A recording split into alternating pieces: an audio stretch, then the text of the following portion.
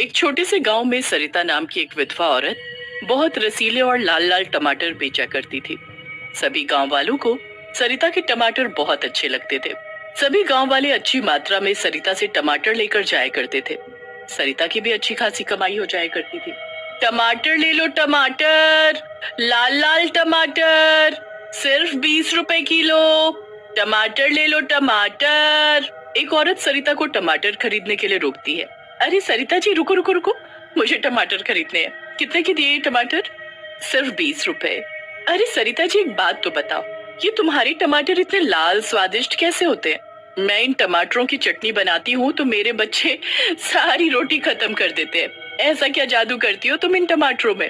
अरे नहीं नहीं नहीं, मैं कोई जादू वादू नहीं करती। ये तो मैं मंडी से ले आती हूँ, बहुत अच्छे से देख परख कर ही एक एक टमाटर चुनती हूँ। कहने को तो सरिता के साथ रहने वाला कोई नहीं था, लेकिन पूरा गांव उसकी बहुत इज्जत करता था और उसे अपना ही परिवार मानता था। एक दिन सरिता ने अपनी सब्जी का ठेला नहीं लगाया था। सभी गांव वाले सोच में पड़ गए कि आखिर सरिता जी को हुआ क्या है।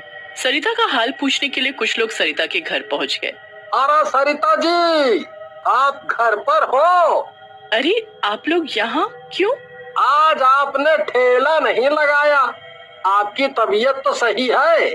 अरे नहीं नहीं, आप लोग तो बेकार में ही चिंता कर रहे हैं। तबीयत तो बिल्कुल सही है मेरी, बस थोड़ा सर दर्द था तो इसीलिए आज काम पर नहीं निकली। अरे तो हमें बता दिया होता, हम आपको वैद्य के पास ले जाते। अरे नहीं, उसकी क्या जरूरत है। देखिए सरिता जी, आप हमारे परिवार की तरह ही हैं। हमें आपकी फिक्र है। आप हमारे साथ वैद्य के पास चलें। जिद करने के बाद सरिता गांव वालों के वैद्य के पास चली जाती है। कुछ दिनों बाद टमाटर के रेट बहुत बढ़ जाते हैं, मानो टमाटर और सोने में कोई फर्क ही ना हो। गांव वालों के लिए टमाटर खरीदना बहुत ही मुश्किल हो गया था। जब से टमाटर के रेट बढ़े तब से गांव वालों ने टमाटर लेना ही बंद कर दिया। टमाटर ले लो टमाटर, ताजे ताजे लाल लाल टमाटर। एक औरत सरिता के पास आती है। अरे सरिता जी, बड़े दिनों बाद दिखी, अब तबीयत कैसी है? हाँ भाभी, अब तो सही है। टमाटर लीजिए ना आप। जी जी, कितने के दिए 1 किलो टमाटर? 120 रुपए किलो। क्या सरिता जी, टमाटर बेच रही हो कि सोना? इतने महंगे? अरे हम क्या करें इसमें, टमाटर के रेट महंगे हो गए, मंडी में भी इतने ही महंगे मिल रहे हैं। अरे भाई, मुझे इतने महंगे टमाटर है, नहीं नहीं, मुझे नहीं खरीदने। इससे बढ़िया तो मैं कुछ और ही बना लूंगी खाने में। टमाटर के बढ़ते रेट की वजह से सरिता के टमाटर कोई नहीं खरीदता और उसके पास घर चलाना मुश्किल हो जाता है। पता नहीं कैसे इन टमाटरों का रेट इतना ज्यादा बढ़ गया। अगर ऐसा चलता रहा तो मेरा तो खाना पीना बंद हो जाएगा। मुझे इसकी खोज खबर करनी होगी। सरिता इसके बारे में खोज खबर करने के लिए मंडी चली जाती है। अरे भैया, एक बात बताओ, ये टमाटर के रेट इतने बढ़ क्यों रहे हैं? अरे सरिता बहन जी, अब हम आपको क्या बताएं। एक प्रताप चौधरी नाम का दुष्ट व्यापारी भारी मुनाफा कमाने के लिए टमाटरों की जमाखोरी कर रहा है और उनको महंगे दामों पर बेच रहा है। अरे भाई जी, ये तो बहुत बुरा काम है। प्रताप चौधरी तो बिल्कुल सही नहीं कर रहा है। मैं उससे जाकर बात करूंगी और उसे ऐसा करने से रोकूंगी। अरे बहन जी, आप रहने दीजिए, वो बहुत ही खड़ूस और गुस्से वाला इंसान है। कहीं आपको कुछ नुकसान न पहुंचा दे।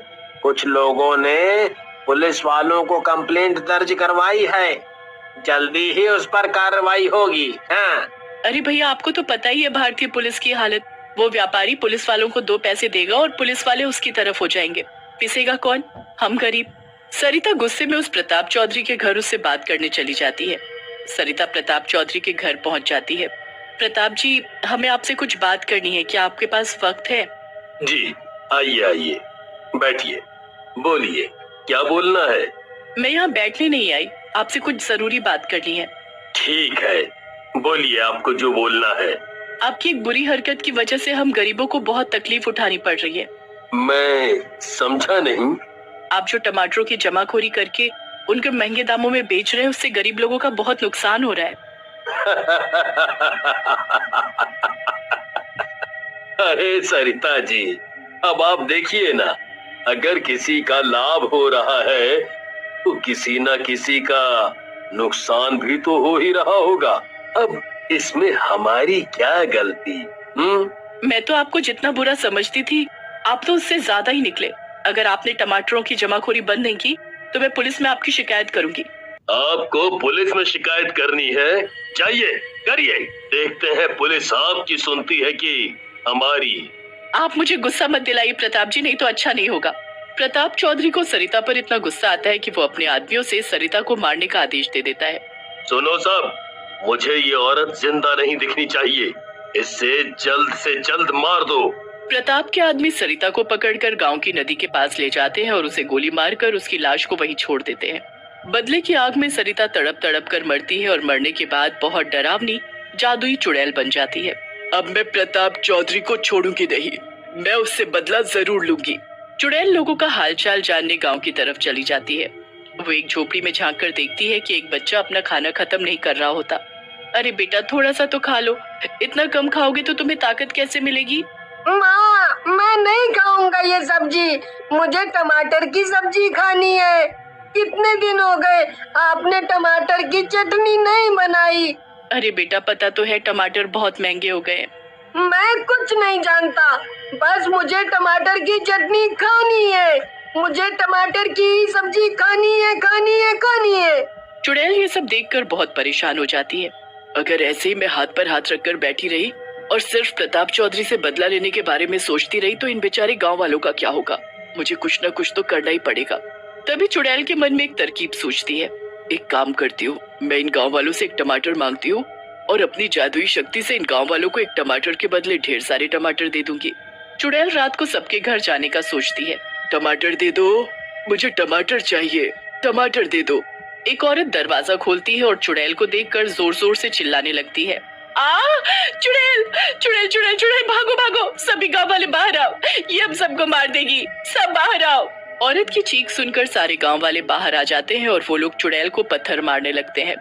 मारो, मारो, मारो, इस चुड़ैल को मारो, ये हमें मारने आई है, ये बुरी चुड़ैल है। सब शांत हो जाओ, मैं किसी को मारने नहीं आई हूँ, मेरी बात ध्यान से सुनो सब। सभी गांव वाले चुड़ैल को पत्थर मारना बंद कर देते हैं और चुड़ैल की बात ध्यान से सुनने लगते हैं।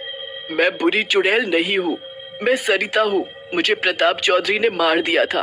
प्रताप चौधरी टमाटरों की जमाखोरी करके उन्हें महंगे दामों पर बेच रहा है, जिसकी वजह से आप सभी को टमाटर खरीदने में दिक्कत हो रही है। मैं जब प्रताप चौधरी से बात करने गई तो उसने मुझे मरवा दिया, लेकिन मैं शांत नहीं बैठूंगी। मैं आप सब लोगों की मदद करूंगी और उस प्रताप चौधरी से भी बदला लूंगी। गांव वालों की आंखों में आंसू आ जाते हैं। हमें माफ कर दो, हमने तुम्हें बहुत गलत समझा है। तुम मरने के बाद भी हमारी मदद कर रही हो, हम तुम्हारे बहुत आभारी हैं। तुम जो बोलोगी हम वही करेंगे। अब आप लोग मेरी बात ध्यान से सुनो। मैं आपसे हर रात को एक टमाटर मांगने आऊंगी और अपनी जादुई शक्तियों से उसे एक टमाटर से ढेर सारे टमाटर बना दूंगी। और ये काम सिर्फ रात को हो सकता है, क्योंकि मेरी जादुई शक्तियाँ सिर्फ रात को ही काम करती है। चुड़ैल हर रात को गांव वालों से एक एक टमाटर मांगने आती है और उन्हें उस एक टमाटर के बदले ढेर सारे टमाटर दे जाती है। चुड़ैल की जादुई शक्तियों की वजह से चुड़ैल के टमाटरों में ज्यादा ताकत थी, जिससे जो भी उस टमाटर को खाता था उसकी सेहत अच्छी हो जाती थी।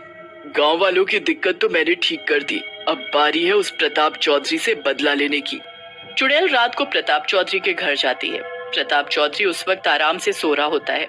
कितने आराम से सो रहा है ये दुष्ट, अभी इसकी नींद गायब करती हूँ। चुड़ैल जादू से प्रताप चौधरी के सारे जमा किए टमाटरों को अपनी जादुई शक्ति से पत्थर बना देती है और उन्हें प्रताप चौधरी के ऊपर फेंकने लगती है। अरे अरे, ये मुझ पर पत्थर कौन फेंक रहा है?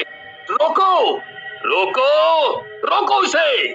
प्रताप उठकर देखता है तो उसे पता चलता है कि उस पर पत्थर चुड़ैल फेंक रही है। प्रताप उसे देखकर बहुत डर जाता है। अरे चुड़ैल, चुड़ैल, मुझे बचाओ, बचाओ। तुमने टमाटरों की जमाखोरी करके अच्छा नहीं किया। मैं तुम्हारा पीछा तभी छोड़ूंगी जब तुम पुलिस में जाकर खुद अपना गुनाह कबूल करोगे। मैं वादा करता हूँ, मैं कल सुबह जाके पुलिस के सामने अपना गुनाह कबूल करूंगा। मुझे माफ कर दो, मुझे माफ कर दो। अगले दिन प्रताप पुलिस में जाकर अपना गुनाह कबूल करता है और जेल में बंद हो जाता है। अब टमाटरों के दाम पहले जैसे ही हो जाते हैं। सब कुछ सही होने के बाद चुड़ैल भी मुक्त हो जाती है और गायब हो जाती है।